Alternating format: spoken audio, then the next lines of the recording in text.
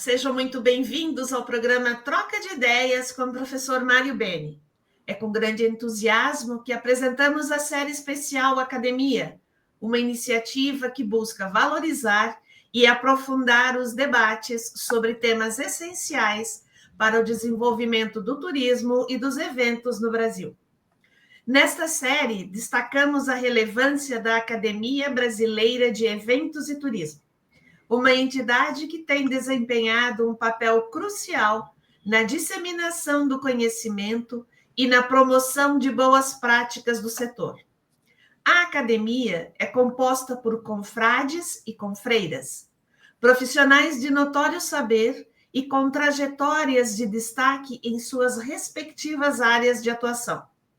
São especialistas, professores, pesquisadores, profissionais e líderes que juntos fortalecem a base teórica e prática das atividades turísticas e de eventos, contribuindo para um crescimento sustentável e inovador do setor. O programa Troca de Ideias, com a experiência e visão do professor Mário Beni, tem como um de seus objetivos principais trazer insights e conhecimentos que realmente façam a diferença para aqueles que atuam no setor de turismo. É um espaço para a reflexão crítica, a troca de experiências e a construção de estratégias que beneficiem profissionais e organizações. Com convidados que são referência, queremos enriquecer sua perspectiva e apoiar o desenvolvimento contínuo de competências indispensáveis ao sucesso nesses campos. Acompanhe conosco esta série especial Academia e mergulhe em conversas que vão além do convencional, agregando valor e incentivando a excelência no turismo e nos eventos. Junte-se a nós e seja parte dessa troca enriquecedora de ideias. Nossa convidada de hoje é a confreira Anita Silveira Pires. Educadora social, jornalista e empresária, possui especialização em ciências políticas na FIAP, Paris, França. Foi secretária de Educação de Florianópolis e secretária adjunta de Planejamento do Estado de Santa Catarina e presidente da Fundação Catarinense de Cultura. Ex-presidente da BEOC Brasil de 2011 a 2014 e vice-presidente da Confederação de Entidades Organizadoras de Congressos e Afins da América Latina, COCAL. Vice-presidente do Conselho de Turismo da CNC. Vice-presidente da Associação Floripa Amanhã, ONG voltada para fazer de Florianópolis uma cidade melhor, mais planejada, criativa, preservada e inovadora. Em 2001, o escritor José Paulo Teixeira lançou o livro Uma Mulher Afirmativa, Anita Pires, Mulher no Singular, Política no Plural, Empresária do Social. Uma das 25 personalidades mais influentes do turismo brasileiro, segundo a Panrotas de 2013. Uma das 20 mulheres mais influentes do mercado promocional brasileiro, a Promovil 2013. Prêmio Destaque Convention em 2014. Grand Prix Prêmio Caio 2013, 15 e 16. Prêmio Internacional Joint Meetings Industry Council, Unite Award e Hall of Leaders AEC 2021. Vice-presidente e titular da cadeira número 33 da Academia Brasileira de Eventos e Turismo. Senhora Anita, seja muito bem-vinda. Professor Mário, com o senhor. Anita, é com muito prazer e satisfação que eu a recebo nesse programa, minha querida confreira da academia, e nesta oportunidade em que procuro ouvir e debater assuntos de interesse do turismo, atualizando a nossa pesquisa, a nossa atividade na área Portanto, muito bem-vinda. O turismo global encontra-se em um momento de transição significativa, mudada aí por mudanças sociais, tecnológicas, econômicas e ambientais. A seguir são apresentadas algumas das principais tendências previstas para a próxima década, fundamentadas em estudos de organizações internacionais, como a própria OMT, a WTCC, entre outras áreas que cuidam de observar o desenvolvimento global do turismo. A sustentabilidade, falando aí um pouco do turismo sustentável e da regeneração ambiental, a sustentabilidade permanece como um eixo central para o turismo do futuro, segundo a OMT. Há uma demanda crescente por experiências que minimizem o impacto ambiental e contribuam para a conservação dos ecossistemas locais. Então, a evolução do turismo regenerativo, que busca ir além da sustentabilidade para restaurar e melhorar os ambientes visitados, será uma das principais tendências. Também uma revolução digital, portanto, falando um pouco da digitalização e experiências virtuais, lembrando que a revolução digital está transformando a forma como as viagens são planejadas e vivenciadas. A integração de tecnologia como realidade aumentada, realidade virtual e o metaverso, que vai permitir que os turistas explorem destinos remotamente antes de visitá-los fisicamente. E, além disso, plataformas baseadas em inteligência artificial tornarão os serviços de turismo mais personalizados e acessíveis.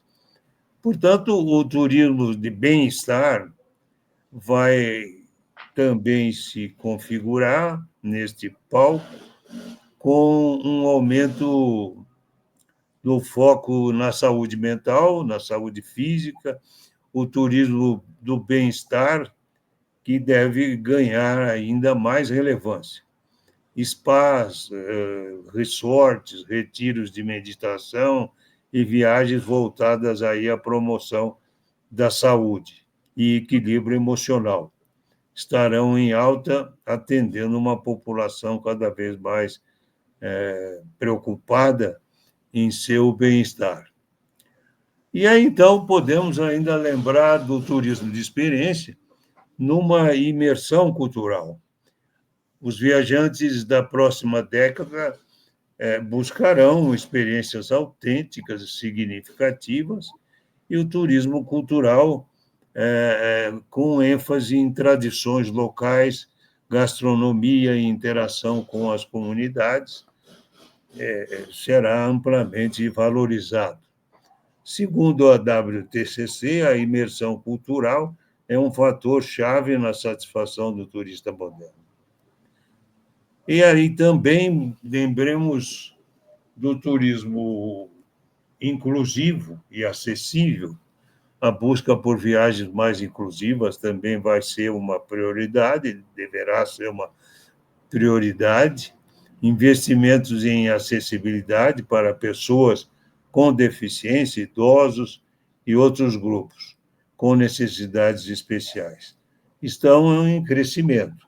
Essa tendência também reflete uma maior ênfase na diversidade e na equidade no setor de turismo. Também não podemos esquecer, porque é muito importante para o nosso país, e realmente é a demanda que mais cresceu, é o nosso turismo doméstico, né?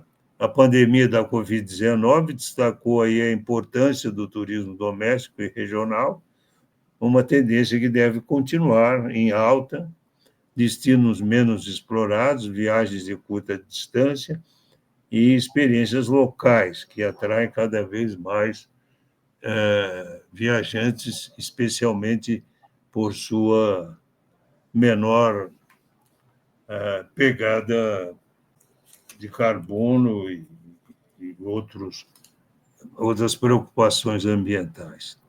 Embora ainda em fase inicial, lembrando um pouco ainda para estarmos bem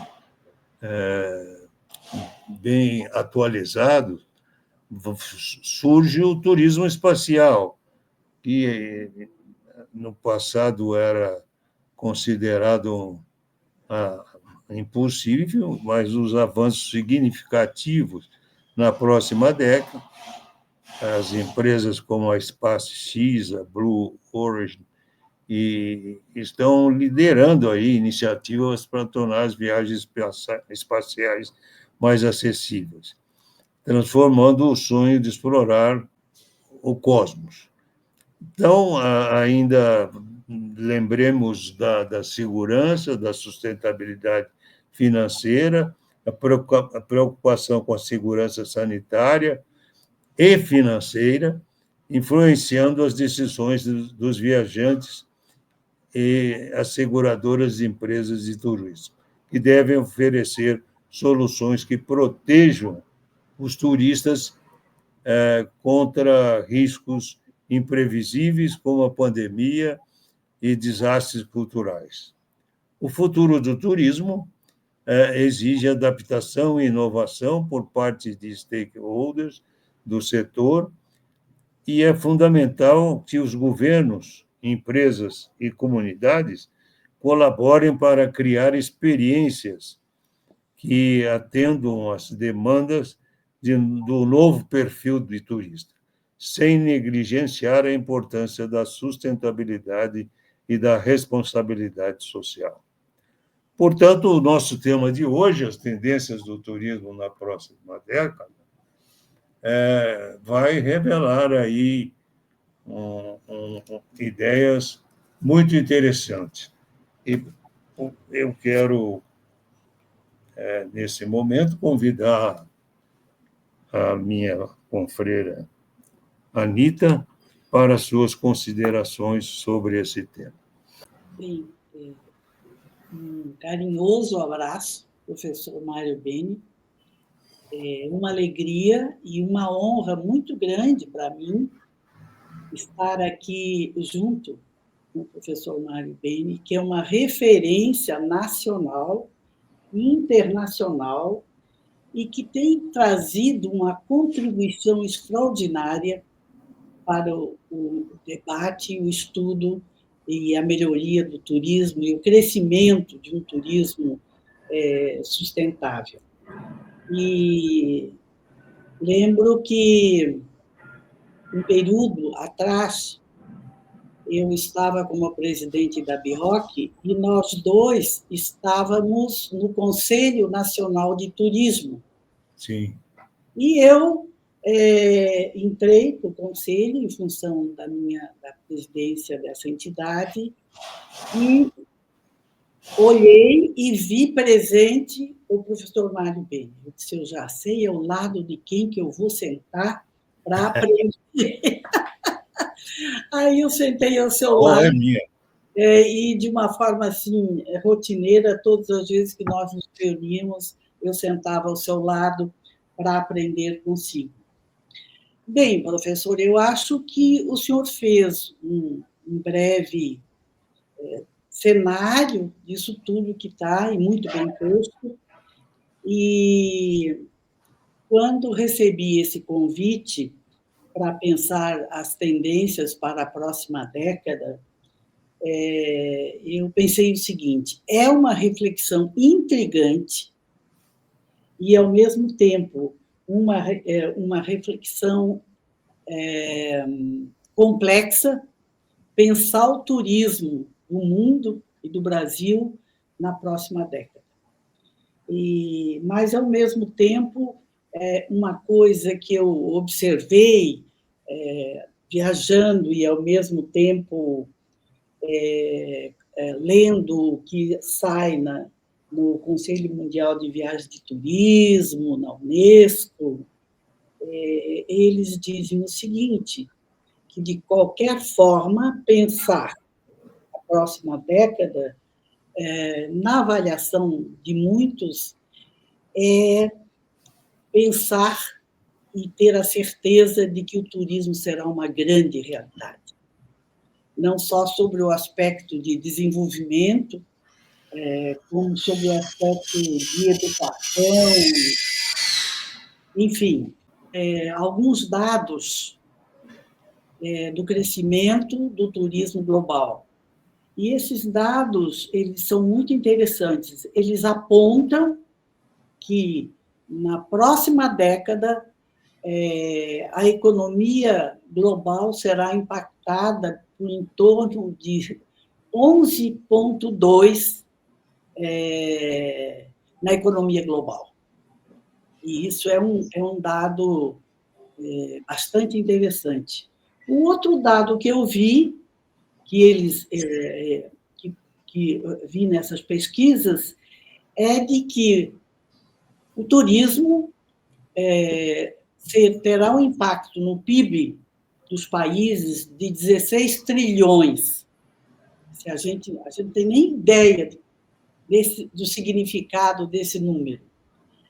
E uma outra coisa que eu achei muito interessante também, professor, colaborando com o que o senhor falou, há um aumento da força de trabalho e de emprego de 12% a mais.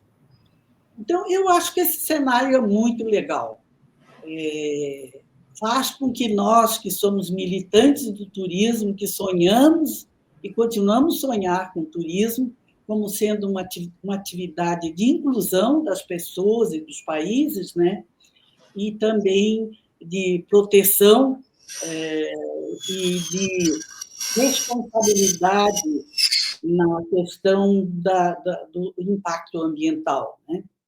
Se existe um setor que tem acesso a discutir e trabalhar os territórios criativos que podem gerar riqueza para o bem-estar das pessoas e gerar desenvolvimento, eu, pessoalmente, acho que é o turismo. O turismo ele é muito inclusivo, ele é uma atividade, na minha visão, muito democrática, porque ele gera trabalho, ele gera desenvolvimento e ele gera bem-estar para todas as camadas da sociedade, né? Desde o dono da companhia aérea até a nossa governanta que limpa os hotéis, os quartos. Bem, então, eu acho que isso é uma coisa muito importante.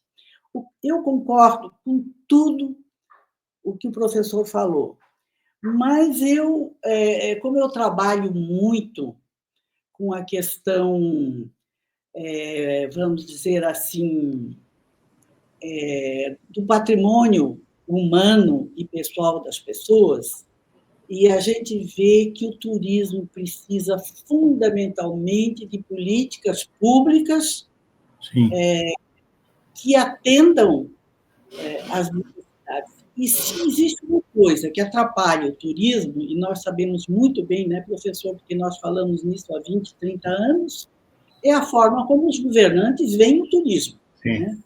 Então, na hora de indicar ao secretário de turismo, é alguém que trabalhou na campanha, na hora de indicar o ministro, é aquele daquele partido que mais arrumou voto, e esse, vamos dizer assim, a palavra dele, é uma atrapalhação para o desenvolvimento do turismo. Até falávamos há pouco sobre isso, né? Claro. Então, eu gostaria de falar um pouco sobre o impacto do turismo e, vamos dizer assim, as dificuldades e as fragilidades do turismo, tanto mundial como o turismo do Brasil, com a nossa falta de capacidade, e quando eu falo nossa, é assim, nós, povo, nós eleitores, nós empresários, professores, observadores, pesquisadores. Então, eu imagino você, professor, que pesquisa, que escreve, que debate, que forma os técnicos e os recursos humanos para atuar nessa área. Em muitos momentos, a gente fica assim, um pouco decepcionado, porque a gente luta e não vê essa atividade maravilhosa que desenvolve o planeta, que protege o planeta, que traz alimentação, que traz educação para as crianças e para os jovens, quando a gente vê onde é que estão as fragilidades desse processo.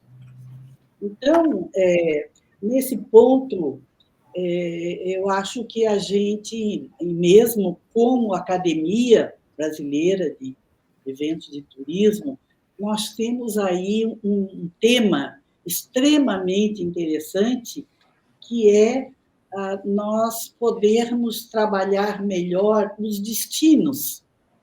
Né? Porque o que eu observei numa viagem recente? A gente fez algumas cidades da Itália. Ali, Roma, Florença, aquelas cidades maravilhosas, mas era o mês de agosto. E a gente que fala tanto em turismo, eu digo, mas como é que pode a gente ter marcado uma viagem no mês de agosto na Europa? Além do calor insuportável, as praças, os eventos, as arenas, mas tudo superlotada. Né? Hoje, se a gente chega em Roma para visitar a catedral ali de São Pedro, tem quadras de fila. Né? Ou a gente encontra uma forma. Se você quer ver a Capela Sistina, que foi toda restaurada, 3, 4, 5 quadras, e mais o calor. Então, trabalhar essa questão de novos nichos e novos destinos ou novos territórios criativos para transformá-los em destinos turísticos, eu acho que é um desafio bastante grande. Não sei se o professor concorda com isso. E aí até deixei não sei se você acha que é bom, um vídeo de 1 minutinho da semana passada de uma praça de Praga. É uma coisa, assim, uma loucura. As pessoas não têm como nem se mexer. E quando nós estivemos em alguns lugares da Itália, foi a mesma coisa. Então, é uma questão séria. Eu acho que nessa década, nós deveremos, nós, os pesquisadores, as universidades, que têm um papel fundamental nisso aí, que podem contribuir muito mais efetivamente nesse tipo de demanda, a gente meio que deixa isso para o dirigente público ou para a empresa de turismo. Então, eu penso que trabalhar conexões e trabalhar a governança do destino criativo é algo que deva fazer parte do nosso olhar pedagógico para a área de turismo. Né? Sim. Não sei se o professor concorda com isso. Inteiramente. Inteiramente. Né? Isso. Então, e dentro desse processo aí, a gente sabe, o nosso companheiro Milton Zoanazzi trabalhou já no Ministério a questão do turismo regional. Sim. regionalizado. Essa é uma outra coisa. Não adianta ter vamos dizer assim, uma política pública lá de Brasília, que sai do gabinete e vai para lá em São Joaquim, que é lá a serra do meu estado. Os estados que são destinos turísticos e os territórios, eles têm que ser vistos de um lado mais humano, eu diria, no sentido de que nós temos que trabalhar a governança público-privada, porque nos estados também é muito parecido. O secretário de turismo, que às vezes não é um profissional da área de turismo, ele cria uma política pública sem conhecer os destinos criativos do seu estado, da sua região, trabalhar regiões que têm um potencial criativo maravilhoso para serem esse destino criativo para chamar a atenção dos turistas. E nessa viagem agora, quando a gente foi para o interior mesmo, para as pequenas comunidades, foi uma experiência maravilhosa, porque a gente encontrou essas comunidades preparadas em termos de gastronomia, em termos de atendimento, em termos de informação, e às vezes a gente entrou na cidade e disse, mas aqui a gente não vai encontrar um restaurante bom, né? Ou não vai encontrar uma área cultural para a gente visitar. Mas não, eles têm uma conexão, eles nos permitem, como turismo, ter uma conexão e um acesso àquilo que aquele território criativo tem para oferecer para o turista. Porque a grande maioria dos turistas não quer mais enfrentar aquela loucura do turismo nos grandes destinos, né? E a gente fica, quanto mais a gente conhece, mais a gente quer conhecer e trabalhar e viver a cultura dos pequenos destinos, que é desde da gastronomia até os atrativos. Então, eu fiquei assim pensando muito que o turismo de massa, nessa nova década, eu tenho a impressão, professor, não tenho os dados, isso que a gente está simplesmente falando numa prospecção ou numa possível mudança, que o senhor falou muito bem, né? As transformações do mundo serão tão grandes quanto estão começando a ter na próxima década, né? Eu gostaria muito de participar dessa próxima década para ver tudo que bom, né? O mundo está numa transformação maravilhosa. E um outro tema que o senhor falou, que eu achei genial, esse mundo tão violento, tão atribulado, em que nós estamos precisando muito de conforto mental, precisando nos conhecer melhor, entender melhor o mundo, para que a gente seja mais feliz.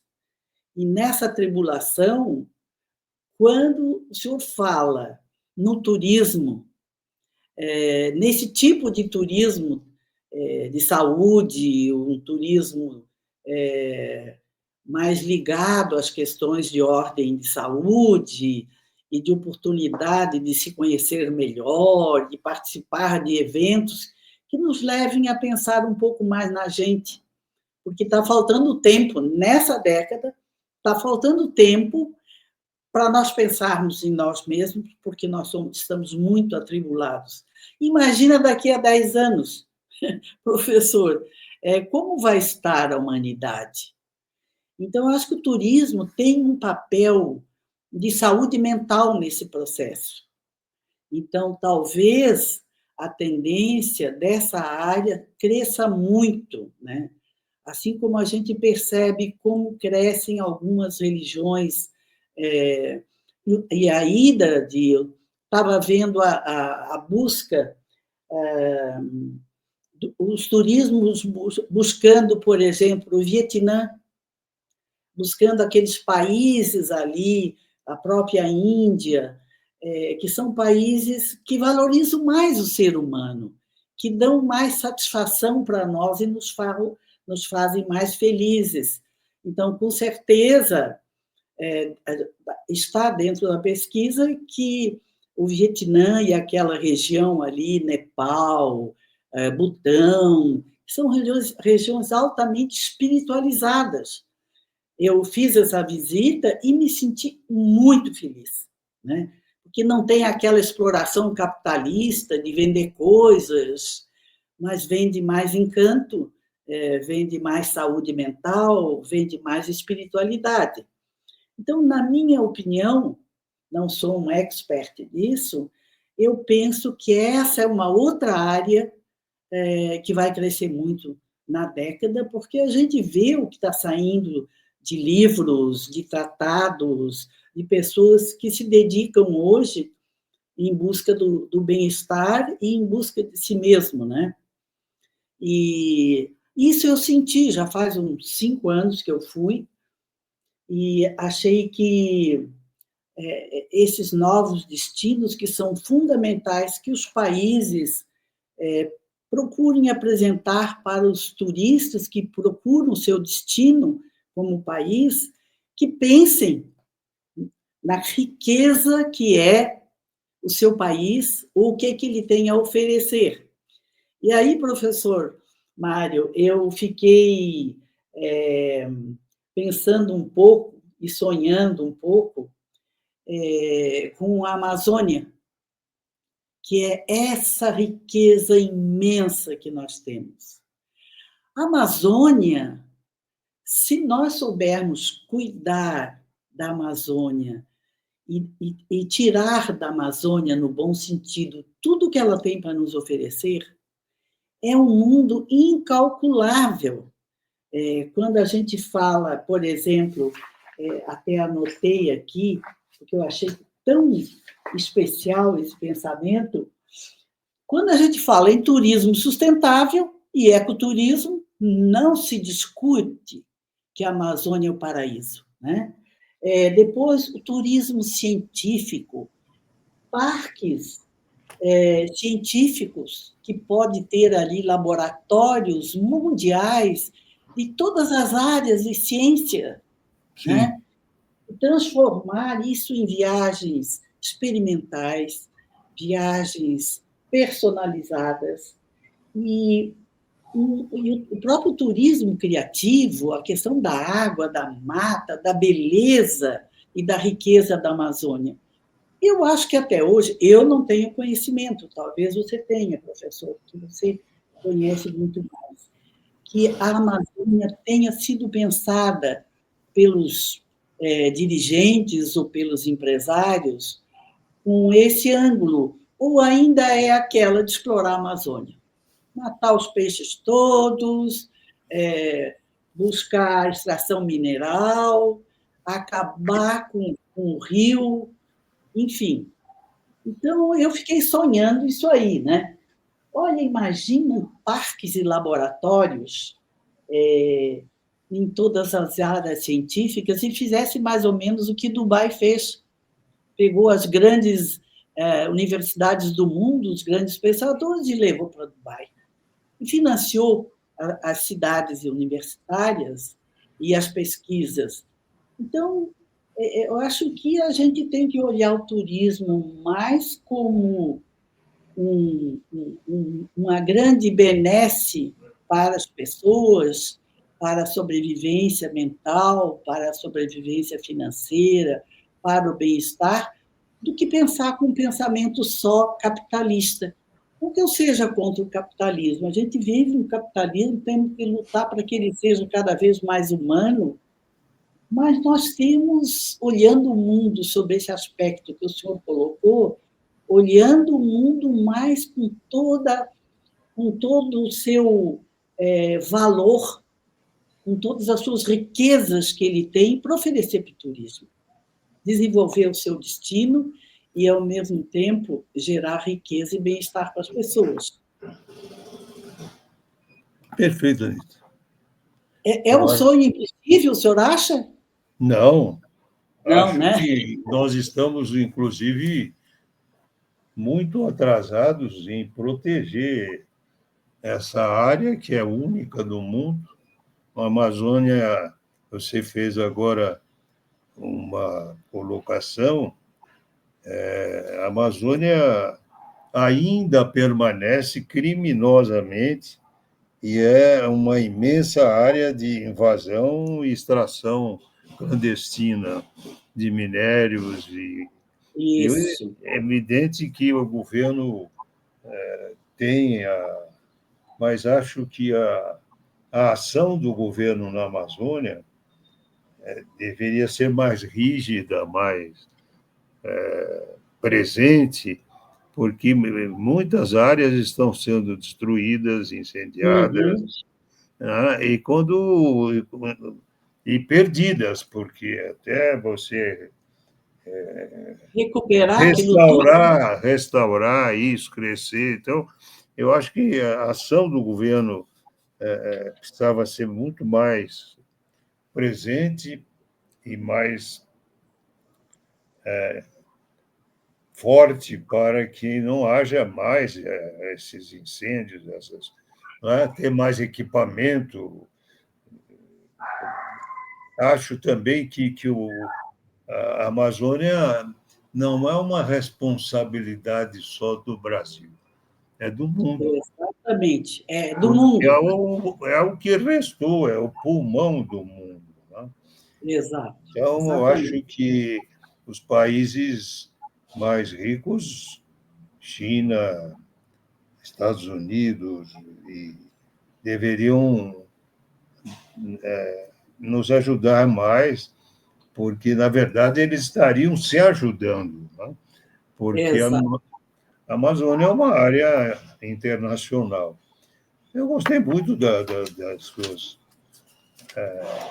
colocações, você coloca muito bem, as suas palavras mostram um turismo ordenado, concordo com as suas considerações de socializar e humanizar o turismo em muitas áreas, como fizeram o Sudeste Asiático. Eu tive a oportunidade de viver por um ano no Japão e conhecer todos esses países que você se referiu e vi como isso aconteceu já na década de 70, né? Como é que eles foram preparados, né? Principalmente o Japão, onde ganhei uma bolsa e fiquei lá por quase um ano. Então, e o Sudeste Asiático hoje surpreende o mundo porque teve toda uma preparação de planejamento regional. Eu fui exatamente para o Japão na Universidade de Tóquio, isso no início da década de 70, fazer um curso de planejamento regional e desenvolvimento sustentável em turismo. Já se falava daquilo, e nessa linha eu ganhei uma bolsa da Japan International, da JICA, International Cooperation Agency, e permaneci lá. E nós tivemos a oportunidade de visitar esses países. Até houve trocas, eles estavam cursando, muitos desses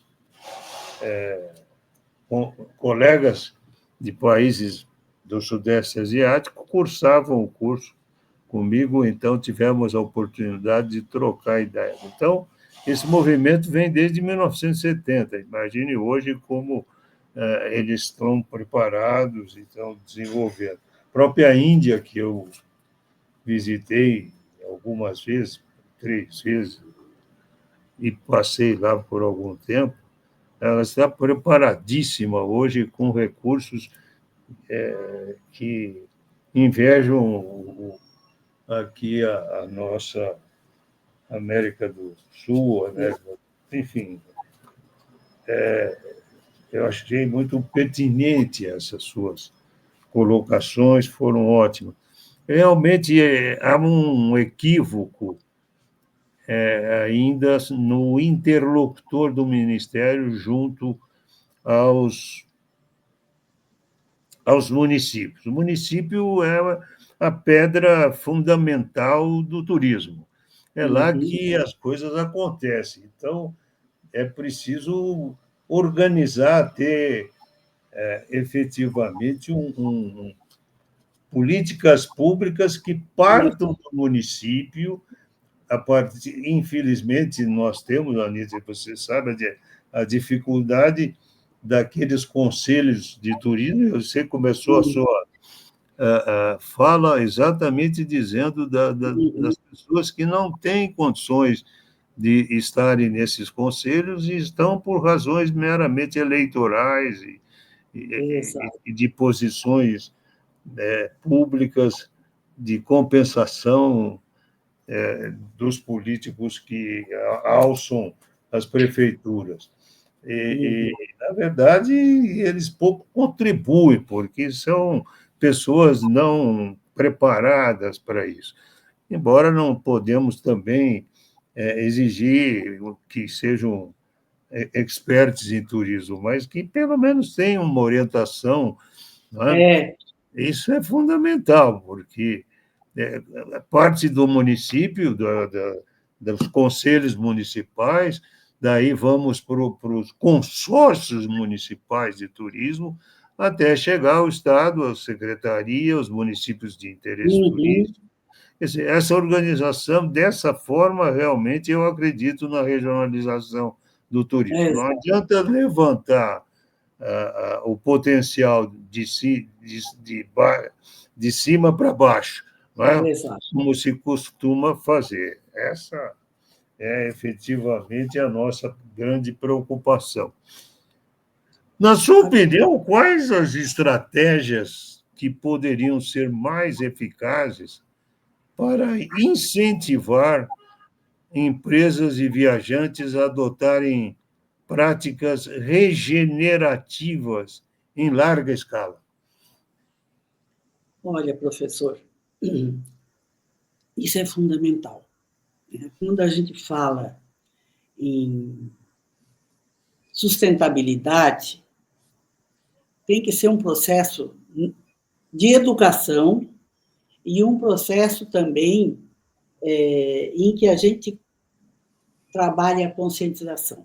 Eu penso que, em grande escala, nós teríamos que pensar algumas coisas específicas.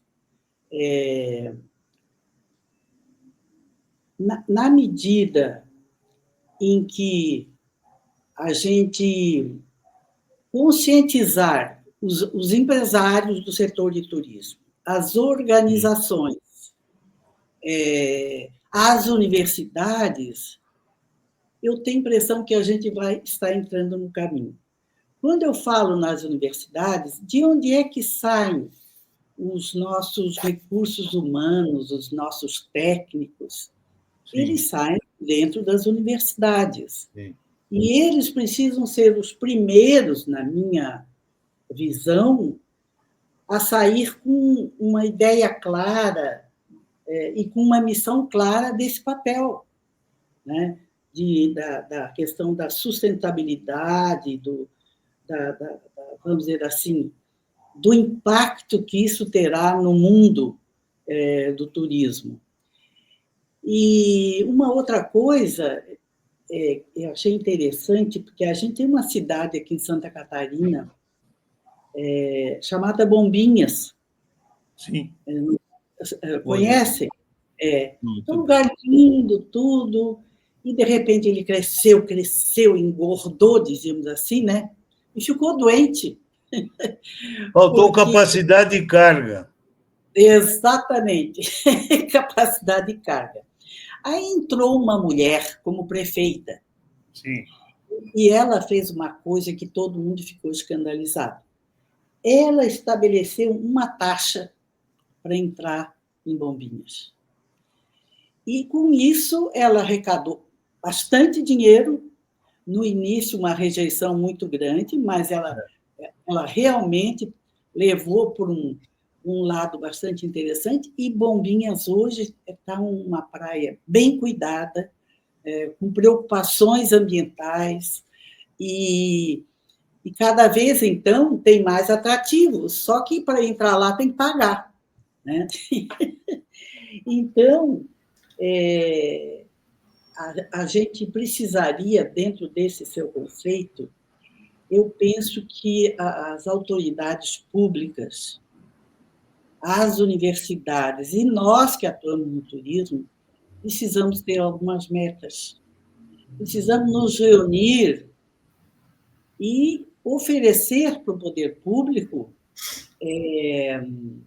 o caminho, porque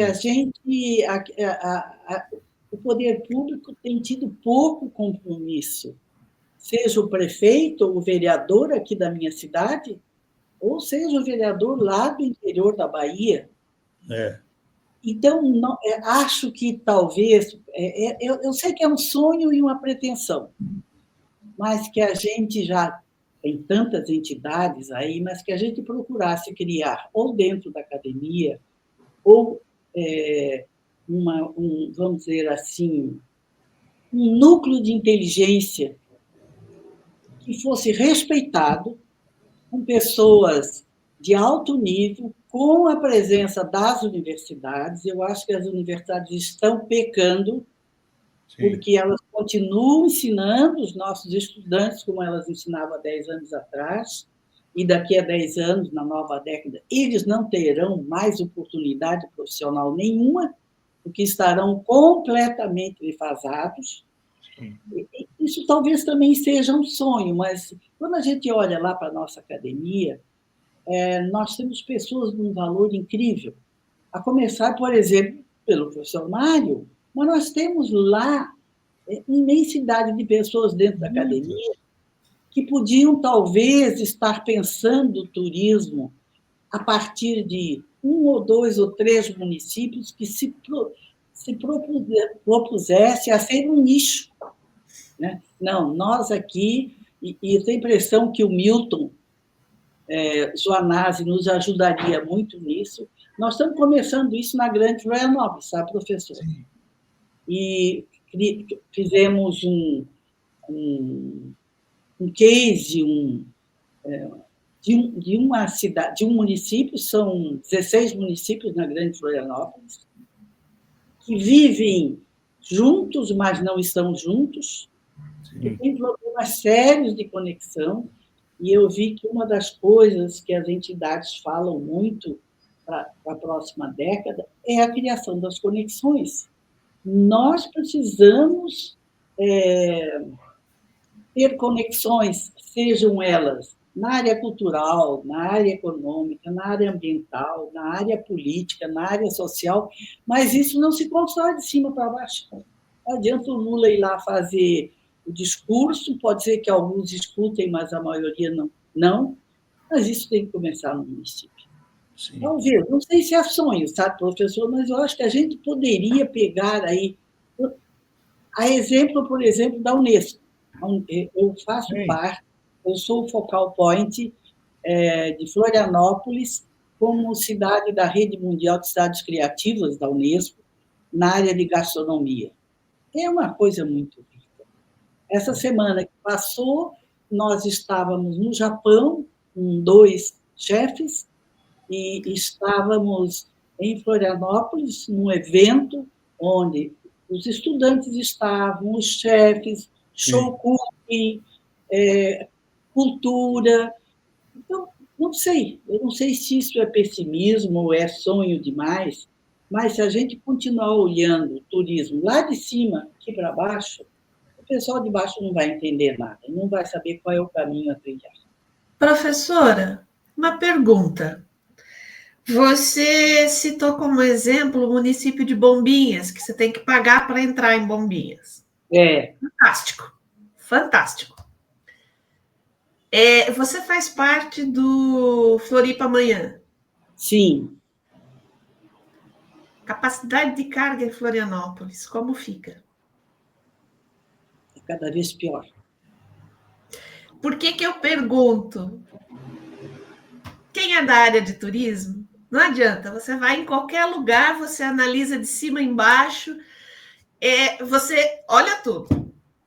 Eu vivi em Florianópolis, estou fora de Florianópolis há 28 anos, mas os problemas que existiam antes disso continuam, eles potencializaram, porque a grande Florianópolis cresceu muito.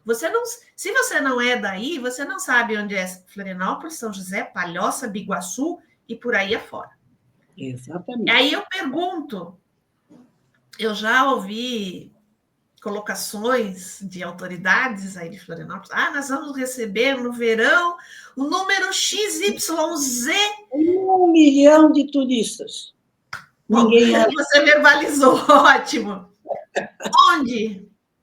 Como?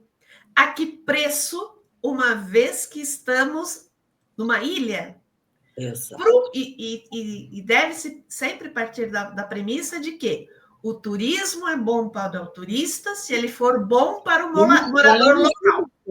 Com certeza. Senão é uma encrenca. A gente sabe que é uma encrenca, né? Como é que fica isso dentro desse seu projeto, professora? A gente sabe que existem situações no turismo que existe o timing. Se você perder o timing, depois fica difícil de corrigir. Às vezes impossível. Exato. Capacidade de carga é o timing que, se você não planeja, não faz no começo, corrigir pode se tornar impossível. Sim. Né? Muito caro. Também. Como vocês têm trabalhado isso em Florianópolis, dentro desse projeto que você está? Bem, nós temos em Florianópolis uma coisa muito legal, é que a gente tem uma mobilização e uma presença do capital social e do capital humano da cidade. Isso está sendo trabalhado há 30 anos. Graças a isso, a gente tem hoje a chancela da Unesco, oportunidade de conversar com as cidades do mundo inteiro, etc. Mas intervir num processo desse significa também, professora, uma infraestrutura e uma capacidade de organizar a cidade muito grande. Por exemplo, se colocar metrô, resolve muita coisa. Agora, já falaram em taxar as pessoas na entrada da ponte. Fica fácil de taxar, né? Porque tem uma ponte. Aí tem uma que entra, uma que sai, mas tudo bem. Aí o trânsito fica pior ainda, mas a situação... Olha, você fez uma pergunta muito inteligente e que nos angustia. Nós temos um prefeito que é muito interessante. Em Florianópolis, o melhor prefeito que eu conheci, porque ele conversa com a população todos os dias de manhã. Ele é um homem de TI e trabalha muito bem essa questão da comunicação. E a gente tem muito acesso a ele, e ele nos escuta muito. E ele se reelegeu agora, né, no primeiro turno, e a gente marcou algumas coisas para conversar com ele após a posse dele, que agora é dia 1º. Mas você fez uma observação muito importante. Florianópolis, que era uma cidade gostosíssima de viver, e ainda ela está cada vez maior. E, de outro lado, no verão, eu achei que quando o empresário tem consciência, por exemplo, os empresários da área de tecnologia, professor Mário, eles estão todos na ilha, com raras exceções. Existe um estímulo para eles virem para os municípios vizinhos, ou virem para o continente. Então, isso é fundamental. Eu tenho uma nora que trabalha na metade do caminho entre Florianópolis e ingleses, né? Um pouco antes de ingleses ainda. Santo Antônio, por ali. O que a empresa fez e as empresas fizeram? Transformaram o mês de janeiro num mês de trabalho online, para que as pessoas não tenham que se locomover. São pequenas coisas que têm um resultado muito grande, mas anda muito devagar. A gente faz o seguinte, ainda bem que você não está mais morando lá, porque você ia ter que fazer a mesma coisa. Primeiro, não saia de casa. Faça supermercado, guarde tudo lá e fique curtindo a sua casa e o seu jardim, porque fica impossível. E a gente está percebendo que todo ano está mais difícil, porque Florianópolis ela tem uma fama muito boa de segurança, de bons restaurantes, de uma gastronomia legal, que é o que nós trabalhamos como rede da Unesco, como cidade Unesco da gastronomia. Mas tem tanta coisa que a gente pode fazer que a gente precisaria uma coisa que nós estamos falando há pouco. Nós precisamos de governança. Nós precisamos de chamar a nosso capital social, ou seja, o setor empresarial, as universidades, as pessoas da cidade. Tem gente em Florianópolis com um valor incrível, mas tem que juntar esse povo e conscientizá-los. Talvez, professor, a gente tenha que fazer alguns seminários por aí afora, junto com você. Não é? E vamos fazer isso aí, por que não? Uma outra pergunta, professora, aí eu já saio aqui. Você estava falando da preservação da Amazônia. Sim. Santa Catarina ainda tem muita mata preservada. Sim. Muito. Ali a Serra do Tabuleiro, subindo. Muita coisa boa a ser preservada. Oi? A Mata Atlântica. Muita coisa boa a ser preservada, a ser conservada. O ano passado, eu fui dar um giro pela Serra Catarinense. Fiquei assustada com o que eu vi na entrada da Serra do Corvo Branco. Sim. A quantidade de gente, a falta de infraestrutura e o descuido com o local. O local é maravilhoso. Sim. Na minha opinião, é mais bonito do que a Serra do Rio do Rastro, porque ele ainda está em seu estado natural, né? Descer de estrada de chão, né? Mas a falta desse cuidado com a capacidade de carga e, consequentemente, com a preservação ambiental que leva à sustentabilidade. Isso foram coisas assim, muito pontuais. Eu lembro, eu desci a Serra do Corvo Branco, eu tinha 3 anos de idade. É irreconhecível. E eu lembro dessa descida, porque à época ela já era perigosíssima. Nós descemos à noite ainda. Então, foi algo que me marcou, isso é algo que, né? E agora, depois de muitos anos, eu voltei lá, o lugar é belíssimo, continua tal, mas a entrada me deu pena de ver o excesso de pessoas, a falta de infraestrutura e a falta de controle no que a gente casualmente chama de capacidade de carga. Você colocou, essa questão é uma questão muito importante. Nós, lá em Florianópolis, criamos um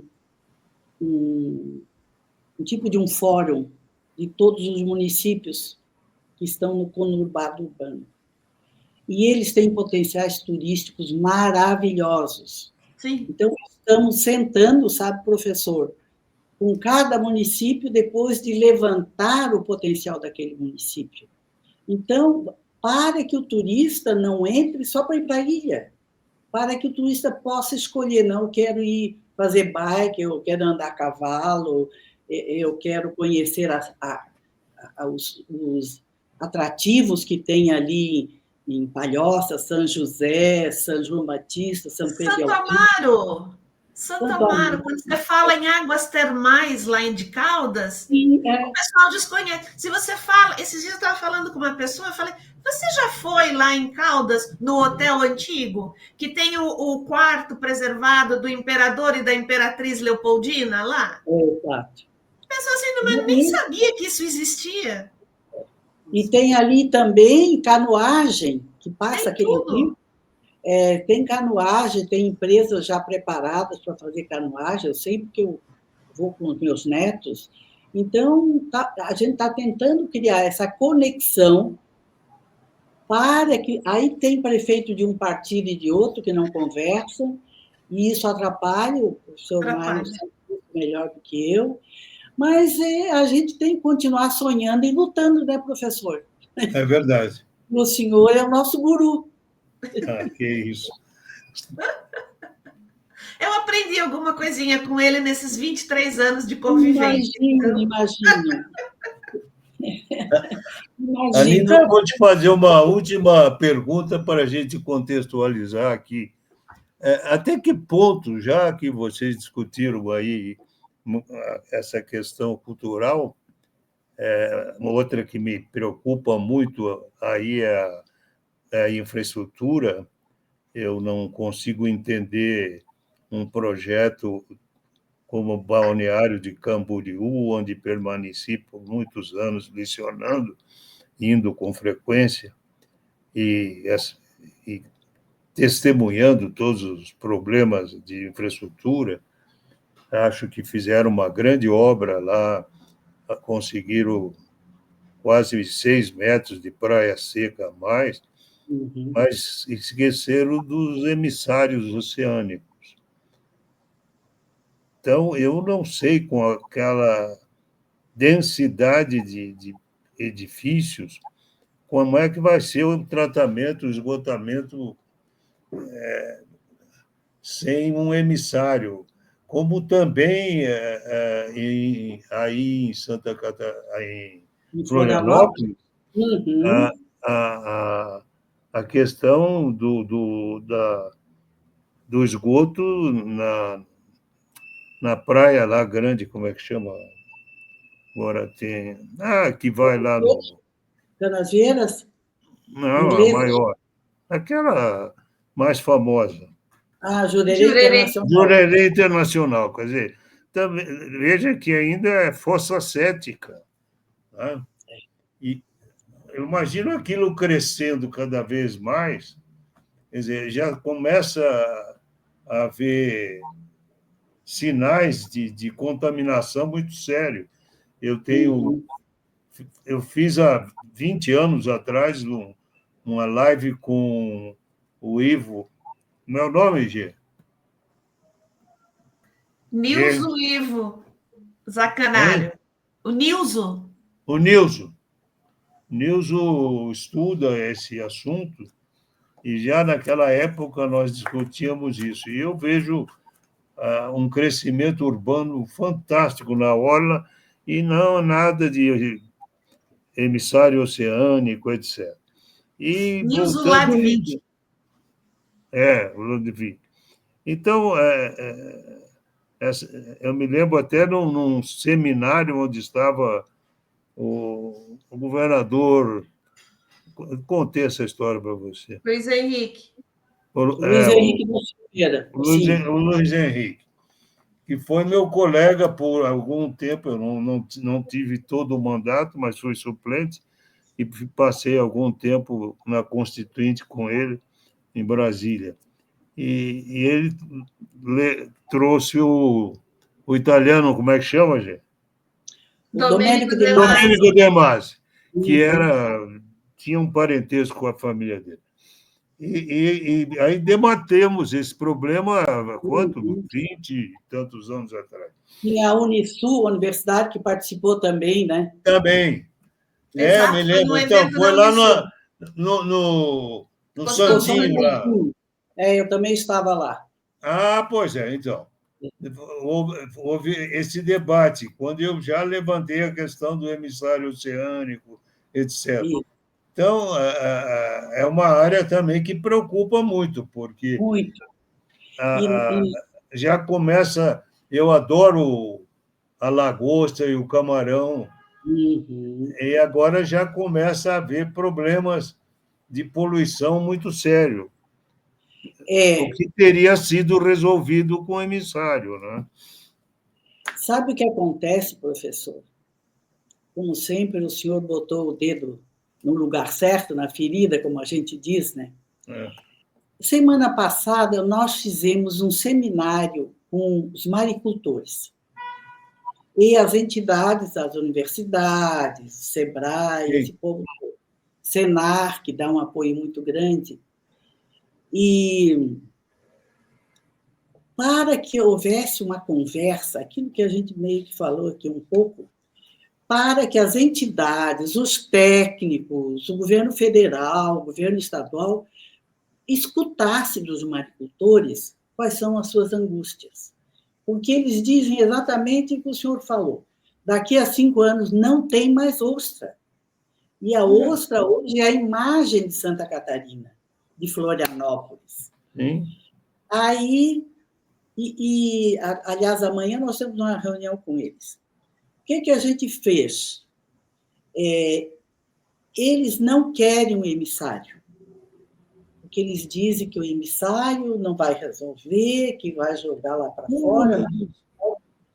Eles não querem o emissário. E isso aí é um problema sério, porque a gente tem feito reunião com eles, tem levado especialista para eles entenderem, e Mas, tem que então, fazer. mas aqui em São Paulo nós temos 3 emissários em Santos, Guarujá, 2 em Santos e 1 no Guarujá. Resolveu o É, problema, não tem? resolveu? Se Há a gente, muito tempo. se a gente fizer um seminário lá com eles, o senhor nos ajudaria, inclusive, a levar Sim, representantes do é levar os técnicos da Sabesp, que hoje. que vai Claro, dizer para eles, olha, é assim, assim, assim. É um problema, porque é uma cadeia produtiva muito legal, mas eles, como eles ficam o dia inteiro no mar, eles não têm tempo de pensar em outras coisas. É até sim. difícil conversar com eles, porque eles têm que estar vigiando as ostras dia e noite. Exatamente por isso que o senhor falou. Se o governo tem acho que é EPAGRE, que monitora uma vez por semana a água. Sim. Só que ela pode monitorar agora, mas daqui a 3 dias a água pode estar Não, e contaminada. o monitoramento hoje, Anitta, é feito por avião. É verdade. Quer dizer, eles conseguem, por uma foto, fotografar e verificar Eu tive, manchas com uma tal precisão que eles detectam qualquer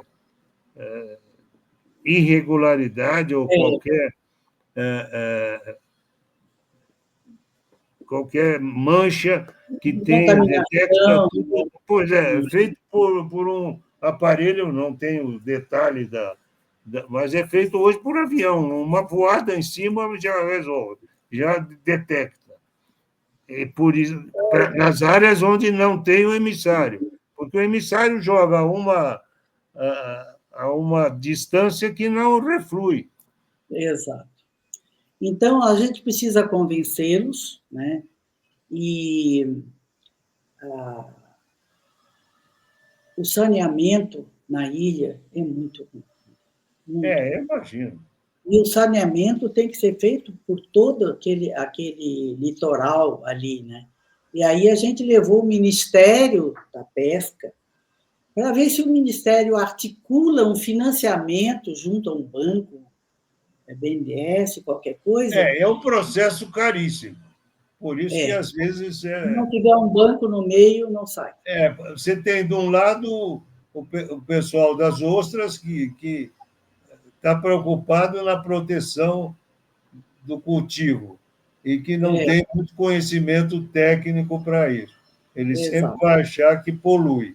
E, do outro lado, a resistência financeira, porque um projeto dessa envergadura realmente compromete muitos orçamentos.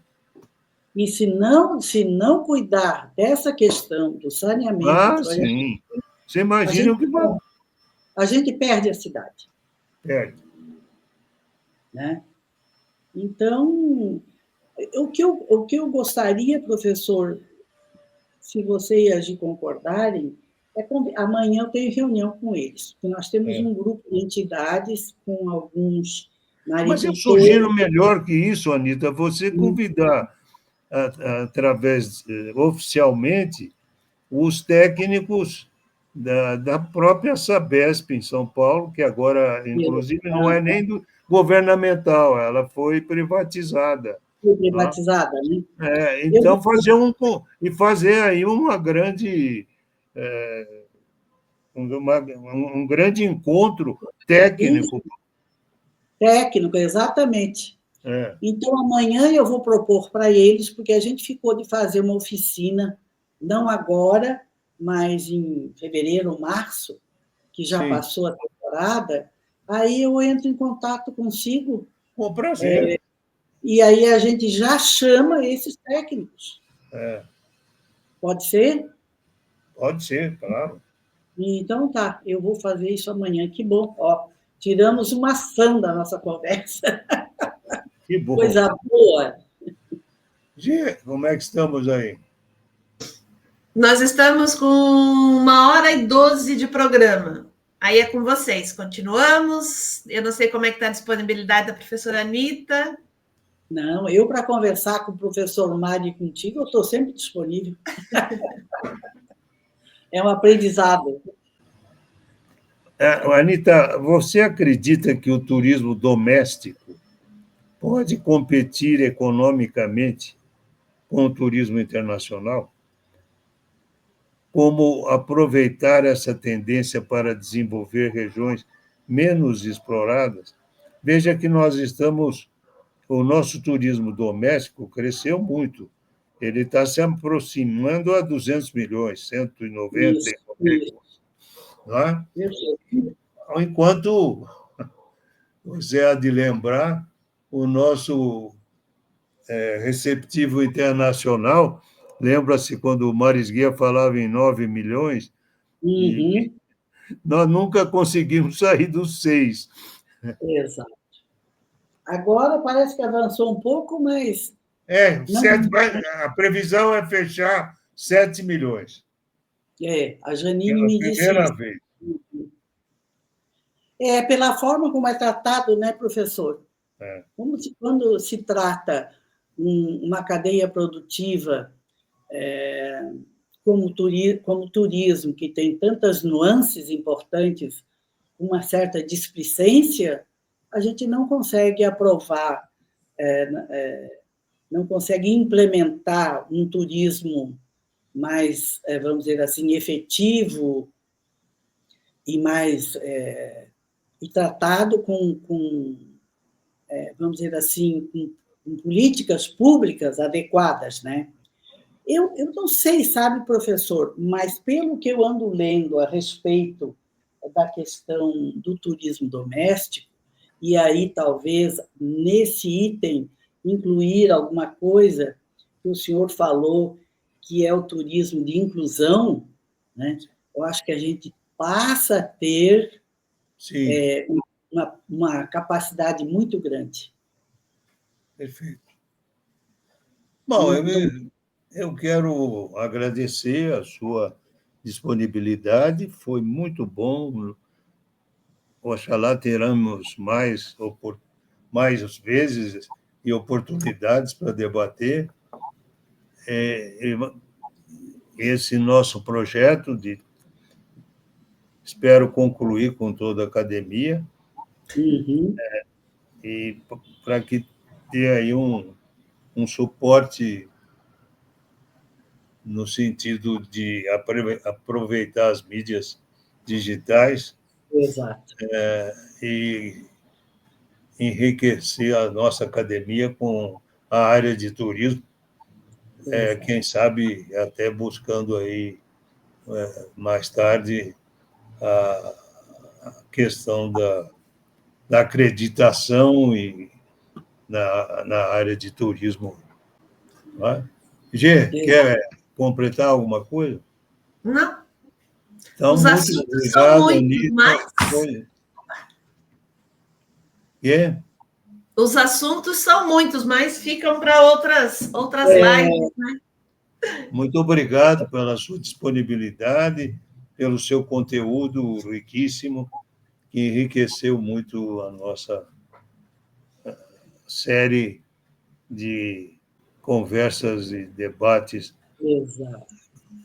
aqui do nosso programa. Muito obrigado, um grande abraço.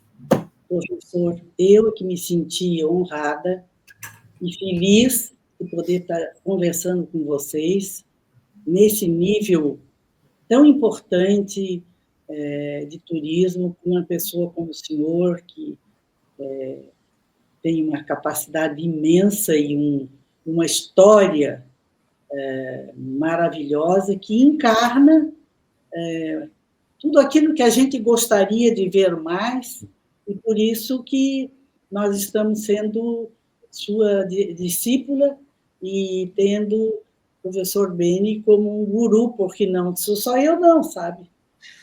O que tem de pessoas que se espelham nele é maravilhoso. Aprendi muito, agradeço demais, e estamos à disposição sempre, e vamos ver se a gente monta esse seminário lá em Florianópolis. Vamos lá, com prazer, eu ajudo. De vocês. Obrigado, professor. Obrigado. Professora, muito obrigado de disponibilizar seu tempo para estar aqui conosco nessa série especial Academia. Estamos trazendo o que tem de melhor no turismo e nos eventos para debater assuntos diversos aqui. Muito interessante. E você que está nos assistindo, lembre-se, na próxima semana teremos um confrade ou uma confreira para mais um Troca de Ideias, edição especial Academia. Até lá!